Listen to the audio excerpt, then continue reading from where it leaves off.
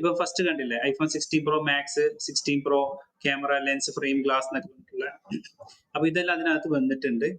ഇതാണ് title, SEO title ആണ് ഇത് വരുന്നത്. താഴെയാണ് മെറ്റ ഡിസ്ക്രിപ്ഷൻ വരുന്നത്. ഇത് ഈച്ച് ആൻഡ് എവറി പ്രൊഡക്റ്റിനും ഇത് ചെയ്യണം. ഇത് സ്വന്തമായിട്ട് വെബ്സൈറ്റ് ഉള്ളവർക്കുള്ള കാര്യമാണ് ഈ പറഞ്ഞത്. ഓരോ പ്രൊഡക്റ്റിനും അതിൻ്റെതായ രൂപത്തിൽ SEO, അതുപോലെ പ്രൊഡക്റ്റ് ടൈറ്റില്, പ്രൊഡക്റ്റ് ഡിസ്ക്രിപ്ഷൻ എല്ലാം നല്ല രൂപത്തിൽ ചെയ്യണം. ഇനിയിപ്പോ ആമസോണിന്റെ കേസിലാണെങ്കിൽ, മാർക്കറ്റ് പ്ലേസിലാണെന്നുണ്ടെങ്കിലും SEO, നല്ല റിച്ച് ആയിട്ടുള്ള SEO കണ്ടന്റ് തന്നെ വേണം. അത് ടൈറ്റില്, ബുള്ളറ്റ് പോയിന്റ്, ഡിസ്ക്രിപ്ഷന്, ഇതിലെല്ലാം SEO ഫ്രണ്ട്ലി ആയിരിക്കണം. അപ്പൊ കസ്റ്റമർ സെർച്ച് ചെയ്യുന്നത് എന്താണ് നമ്മൾ മുൻകൂട്ടി മനസ്സിലാക്കിയിട്ട് വേണം ചെയ്യാൻ. ഇപ്പൊ ഉദാഹരണത്തിന് 20,000 mAh പവർ ബാങ്ക് ആണ് ഇവിടെ ലിസ്റ്റിംഗ് വന്നിട്ടുള്ളത്.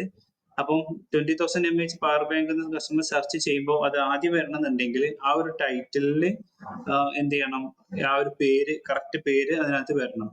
ഇത് എന്താണ് കസ്റ്റമർ സെർച്ച് ചെയ്യുന്നതെന്നും എന്തൊക്കെയാണ് കീവേഡ് ആഡ് ചെയ്യേണ്ടതെന്നൊക്കെ ഉള്ള ഒരു ടൂളുകൾ മാർക്കറ്റിൽ അവൈലബിൾ ആണ്.